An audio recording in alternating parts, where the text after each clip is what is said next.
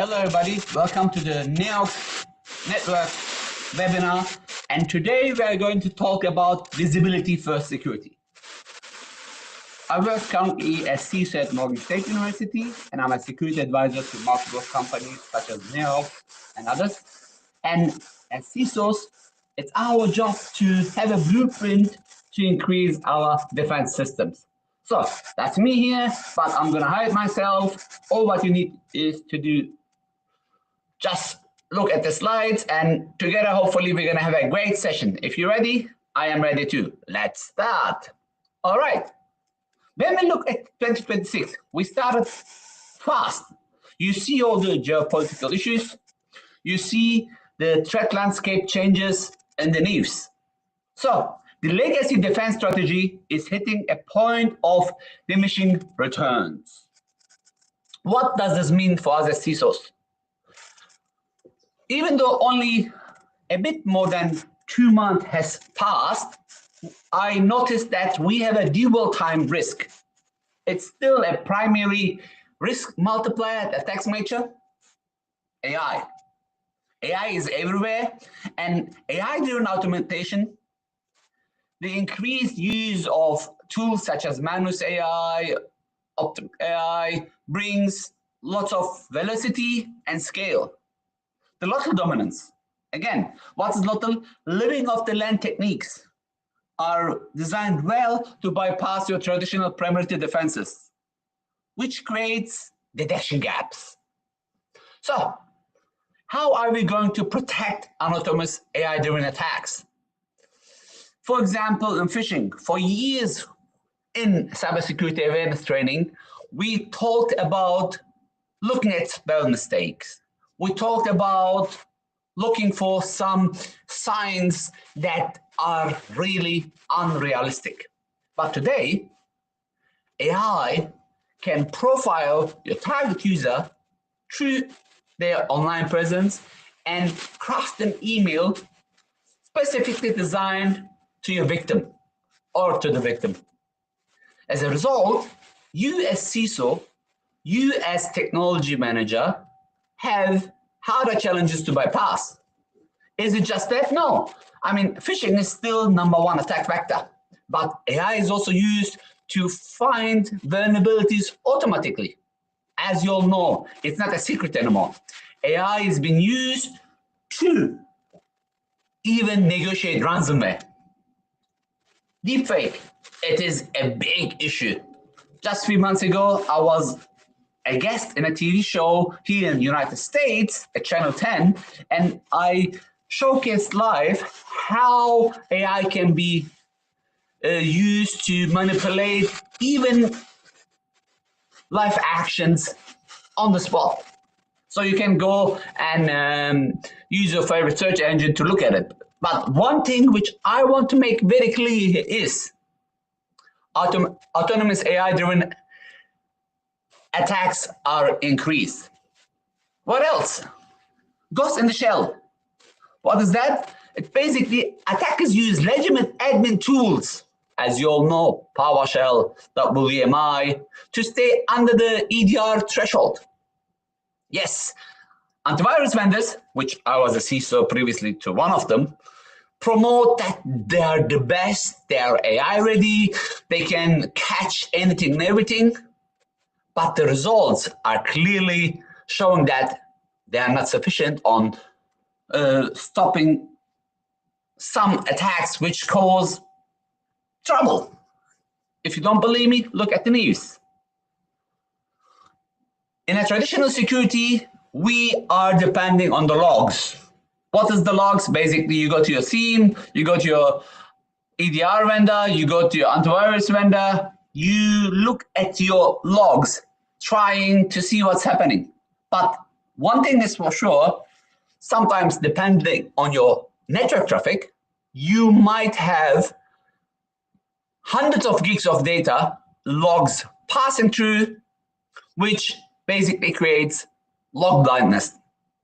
And as we mentioned 3 minutes ago, non-security tool is sufficient today by itself to stop the hackers, to attack us, because attackers are like water. they always find a way to bypass. So they need to be successful 1% of the time, and that 1% can cause you or any other CISO or technology manager a big damage. And when we look today in the news, just last year, based on, I think it was a IBM data breach report, the cost of cyber attack was $4.6 million per incident, which there was an increase of 10% compared to 2024. So how can we look at the compromised log principles? What can we do? Basically, the attacker playbook is clear. Disable local logging, ensure agents immediately are in control of that as soon as they compromise. They will look at suppressing high volume telemetry during the acceleration. They will inject noise. The more logs you have, the more you have, the less you will hear. And they will try to overwhelm your SOC analyst. And once they get access, they will try to delete legitimate logs so they can hide. I mean, this is not new. I used to teach hacking classes years ago. I think my first hacking class was in 2008, 2009 for EC Council. And back then we used to talk about deleting logs. Today, many years later, I think 25 plus years later, 20 years plus later, we see that unfortunately 82% of breaches just in 2025 involve some form of the log manipulation or deletion by threat actors. Basically, the threat actors are still using the techniques, the main techniques from the past with advanced features. So what is the core principle? First of all, visibility. As you all know, you cannot secure what you cannot see. Visibility is still the prerequisite of all your security operations. Control. Where visibility produces control, without absolute awareness, policy enforcement, this is not complete. Putting visibility and control together will help you to have resilience. Control proceeds the resilience, where it gives you the ability to recover, depends on the integrity of the visibility layer. So you need to have a great visibility. But there is an unalertable truth. So let's talk about that. Why logs are no longer enough? I'm going to give you some examples where you can analyze the fragility of log-centric telemetry in advanced threat environments. So this is a simple comparison source of truth. By the way, I just noticed you cannot see the metrics, but the first one is here, temporary silence. In a standard log, it's, the sort of truth is low, the endpoint telemetry is medium, the packet level data is high. When you look at east-west coverage, the standards are partial, the endpoint telemetry is none, but when you look at the packet level data, it's full. And again, the metric for third line here is forensic fidelity. It's infrared. It is totally based on action. And this is fully on ground truth. And the last line here says forensic value. Usually forensic investigators will look at metadata only. They look at system calls and is full payload ready. So what does this mean? It means logs can be manipulated. We talked about that. And one other thing, if you use the right tool, such as NeoP networks, the wire does not lie. If you put some tabs, if you capture the logs, if you look at the logs, then the wire has everything what you need from not just application layer, your antivirus, not just your layer 3, your firewall, could be layer 2 depending on your firewall, but sometimes even from data link. How? The team is going to put some QR code later. You can scan it and learn more about it. Network DNA. What is network DNA? A full fidelity packet capture acts as the DNA of your infrastructure.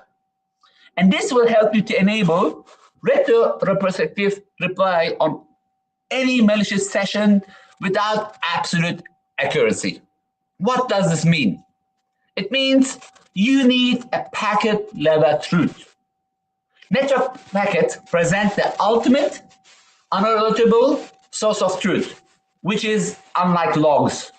That's why the wire never lies. It is immutable because, hey, packets cannot be retroactively alerted by attackers. It has full fidelity because it gives the power to your forensic team to reconstruction of malicious session.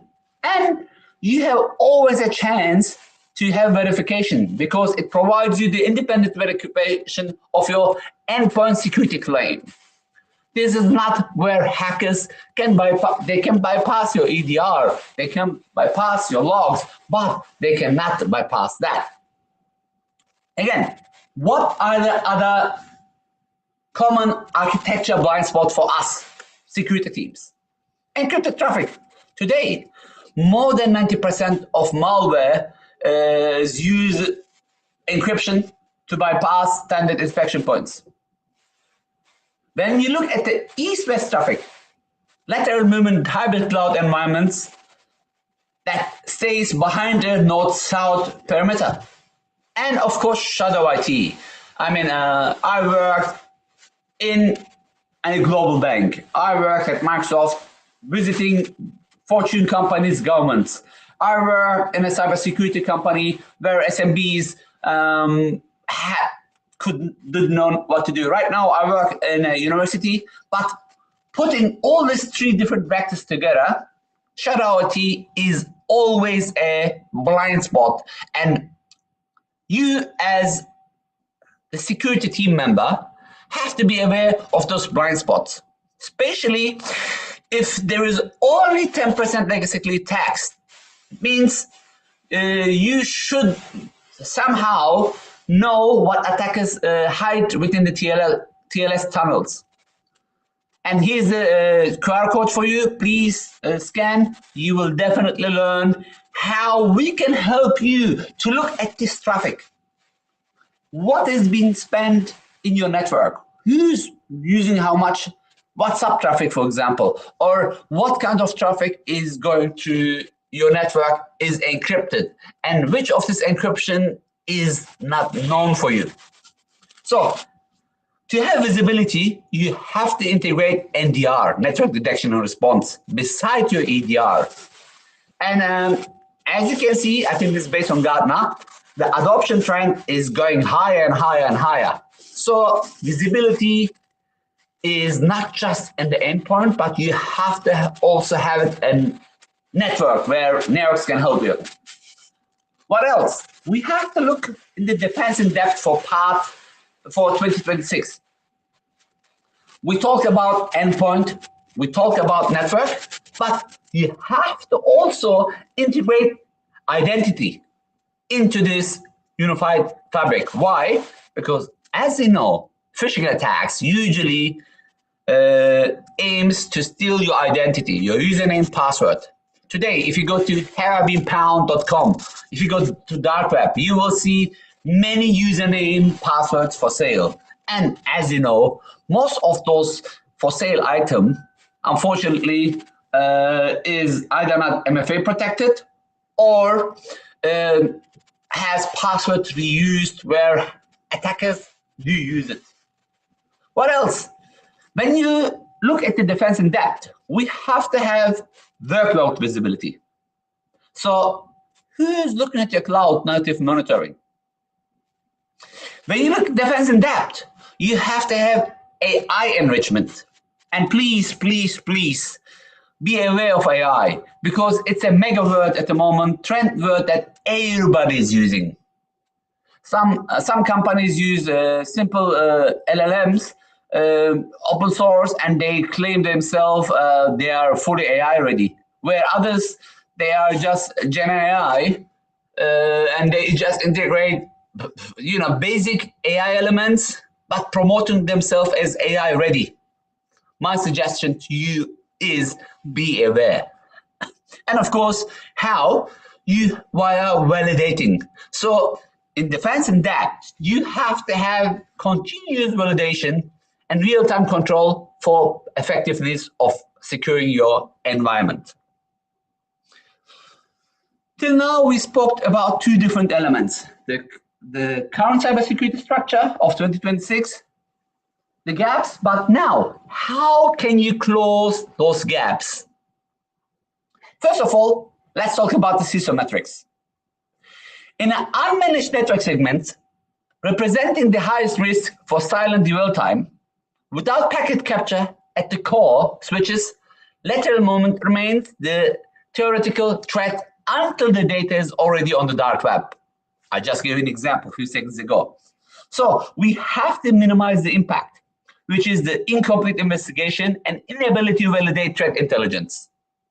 So while you have this, you have to have also an attack surface management CTI to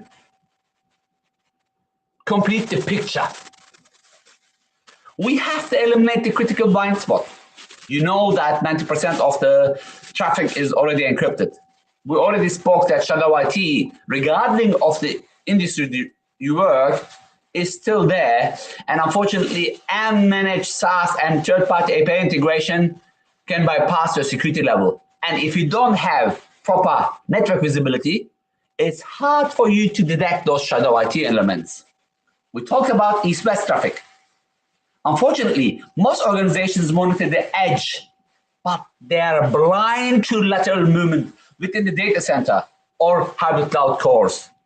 If you don't believe me, please go see what happened to Google Cloud, to AWS, to Microsoft Cloud customers, some of them, of course, last year. Unfortunately, one of the most important things that we security teams forget is using cloud is shared responsibility.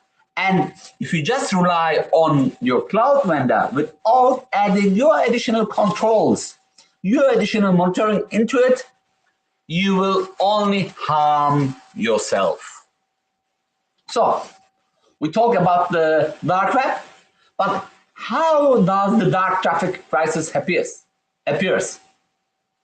When we look specifically at 2025 and the beginning of this year, attackers are leveraging encrypted tunnels as their primary transport mechanism. And this didn't change this year.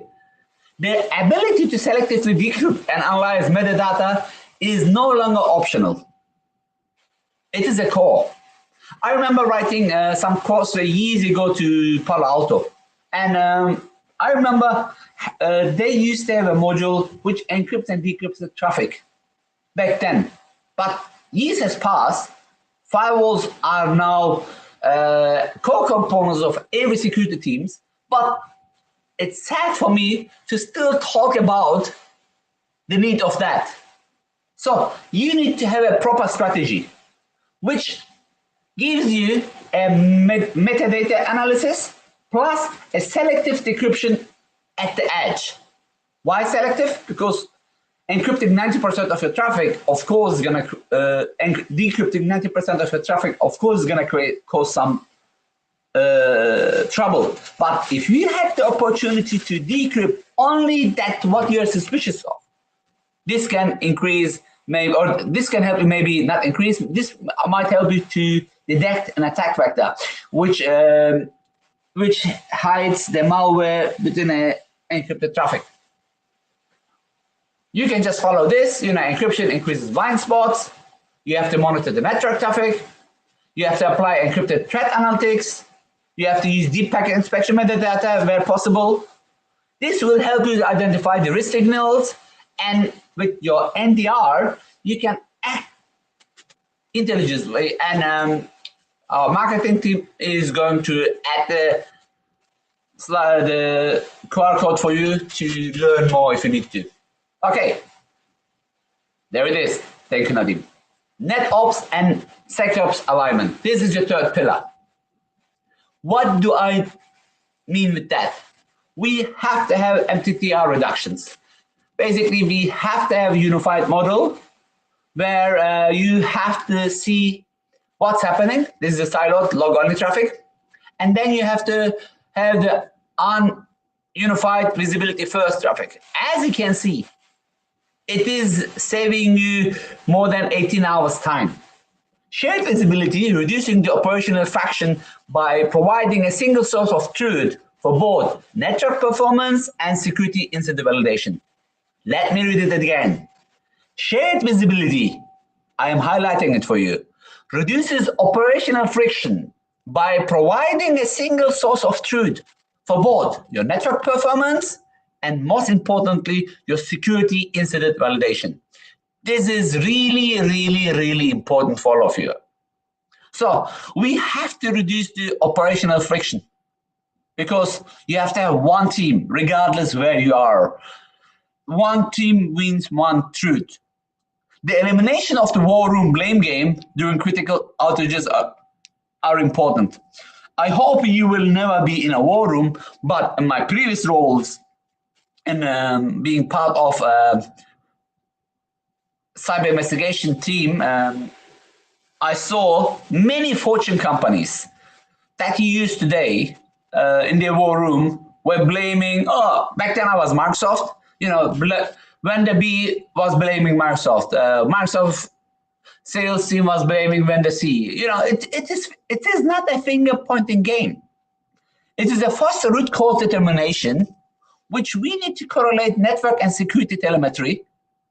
And of course, we as CISOs now, we have to have a unified budget and architecture planning for more resilient infrastructure because finger pointing is not going to change anything. Damage has already been done. Of course, for now, we can learn from both experiences, and that's why I try to create a slide deck for you, so you can listen and I cannot take you to this war room, but I'm telling you what happened on those war rooms. Let me open the camera so I can tell you a story. Years ago, in a very, very, very large oil company, I'm not going to tell you which one it is. We were in a war room. Microsoft was there, IBM was there, many other incident response companies was there. And I remember the CIO walking to the room, laughing, saying, hey, having his phone in his hand, saying, hey, you know what? We are back to normal. It was just a false news to relieve the stress of shareholders. Everything was still down. We had to look at the problems. We had to look at the logs. We had to work with other vendors to bring the network up. It wasn't a short game. It was a big game. It wasn't a short time. It was a big time, but we did while working together, while reducing the operational friction.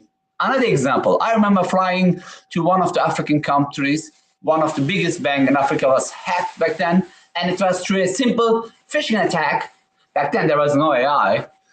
In war room, my first question was, how many admins do you have? The answer was 4. I'm like, can I see them all in this room right now? War room is that room where you usually ask to call only selected people and see what happened. And we found out from simple logs that they had more than multiple admins because threat actors, they created roots. And then when they created that, they deleted the logs. So basically, some of the stuff that I shared in the slides for you are 100% from real life. Today, me sitting in this chair doesn't change anything. I will bring those experiences with me, but I'm still depending on some great tools to improve my security. And for that, you need to end-to-end visibility. Now, let's go back to slides and continue. What can you do? Of course, we have to build a strategic roadmap. And what is the strategic roadmap? As I mentioned in the very beginning, your roadmap should be built in the visibility first framework. You have to construct a resilient, forensic ready security posture. What does this mean? Again, you're going to see some QR code. You can have a forensic ready log collection, or you should ask for forensic ready log collection from your network visibility vendor. And when you look at your network visibility vendors, you have to make sure that you have no packet drops, because losing a single packet via drop, via bug in the software can leave a blind spot in your environment. Ensure your vendor is giving you every packet that you need. It's like when you go to a bank and when you get your jewelry and you put it in a safe, you want it as is back, right? If they give you, let's say you have 10 rings, but if they give you 9 rings back, is this a good result for you? Of course, if they give you 11 rings back, it might look good for you, but it might be just falling from another safe into yours with mistake, and you might be classified as a thief stealing someone else's ring. So if you put 10, you need 10. By the way, thank you. I can see someone scanned the QR code already. You're wonderful. What else? We have to create, I'm going to share a 4 phases roadmap with you. First, you have to know what's happening. And how can you do that? Via auditing. What does auditing help you? It will help you identify visibility gaps in hybrid cloud and encrypted segments. You have to map your high-risk API flows. Know your gaps. 2, integrity. You have to deploy immutable packet capture at core distribution layers, establishing ground truth and baseline. For that, you need proper network capture adapter for proper analysis. Again, please ensure your packet capture is 100%. If you lose packets, this is not good for you. Yes, you might be buying the best, the most expensive brand, but it means nothing.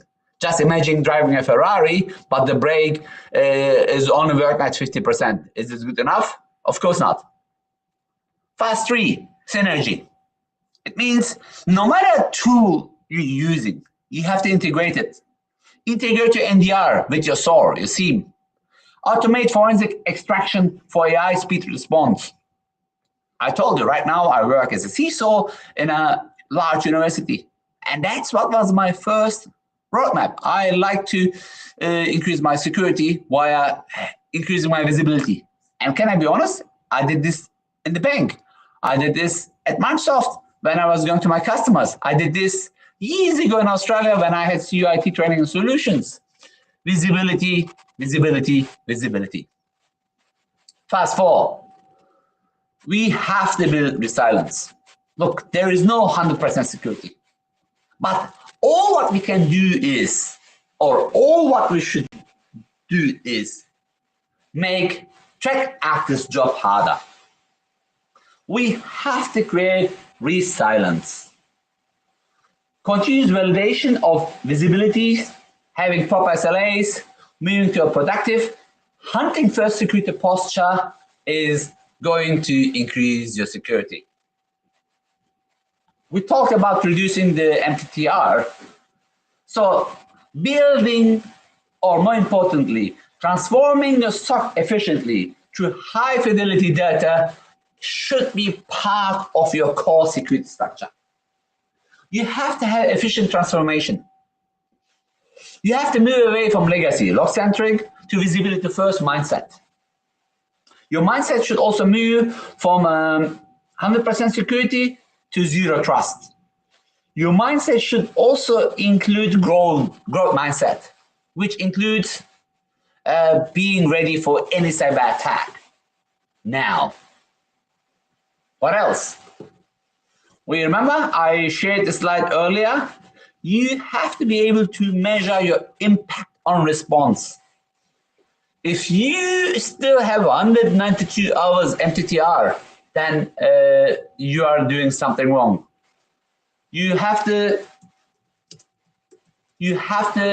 have mean time to repair metrics much lesser. And to do that, to calculate your mean time to repair, which measures the average time required to repair your system or equipment after a file or your network, this is the simple forensic efficiency factor. No. Honestly, I don't want you to sit down and calculate this.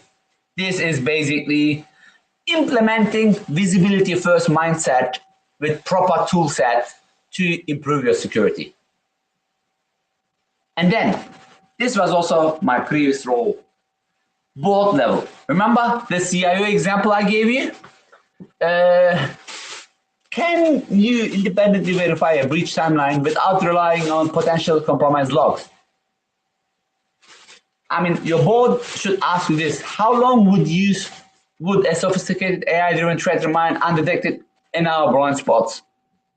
Those are the board questions that need to be asked you. So this is usually asked to me in most of my engagement. And that's why I selected top 2 to share with you. You as CISO, you as network manager, SOC manager, have these questions always in your mind and be ready to answer those where possible. Before I go, please ensure you have future-proof security. Visibility is not a tool. It is a strategy. As you all know, today we are in the age of AI. The only unalterable truth is the packet. The organizations that win or will win in 2026 are the ones they can see.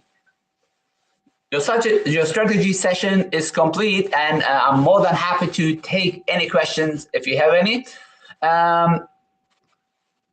As you know, I'm a security advisor for NEOX and some other companies, but I'm a full-time CISO in an organization. My job is honestly to share my experiences, and I only do it for the products that I love. With this, we came to the end of the session, and I would like you to scan NEOX Networks website. I have a free ebook if you want to read about OT security. Again, you can go follow us at LinkedIn. I think we are not going to take any questions today, but please reach out. We have a wonderful team in Germany, in US, in California, in New York. I don't know where Larry is based, but we are across all time zones. We have a team in Germany, in Turkey. We have a team in Middle East. We have a partner in Korea and Australia, so we are a global. NEOX is a global company, and they are happy to answer all your questions. And if you have any security questions, any advisory questions, I, Dr. Adolevskaya, the president of Global CISO Forum, I'm always happy to be part of your journey, help you increasing your security awareness. Feel free to be part of Global CISO Forum. You can follow us at LinkedIn or via online as well. With this, I'm coming to the end of the session. Thank you very much. And I'm looking forward to see most of you in my next webinar. You can watch this in YouTube, and you can follow NEOX Networks at YouTube as well. Thank you.